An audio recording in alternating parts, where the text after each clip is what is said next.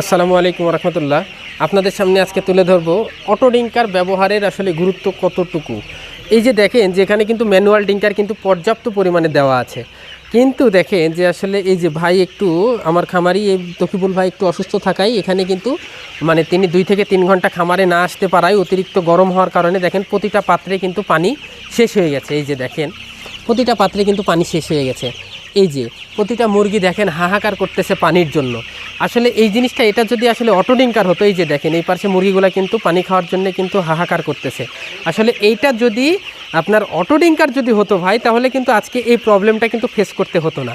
আসলে এই কারণে সবাই চেষ্টা করবেন যেন খামারে অবশ্যই অটো ডিঙ্কার সেট আপ করার, তাহলে আপনারা পানি শূন্যতা থেকে মানে মুরগির যে পানি শূন্যতা হবে না এবং কাঙ্ক্ষিত রেজাল্টটা আপনারা কাঙ্ক্ষিত পাবেন ইনশাল্লাহ। রেজাল্টটা অবশ্যই প্রোডাকশন রেজাল্ট কাঙ্ক্ষিত পাবেন এবং ভালো হবে ইনশাআল্লাহ।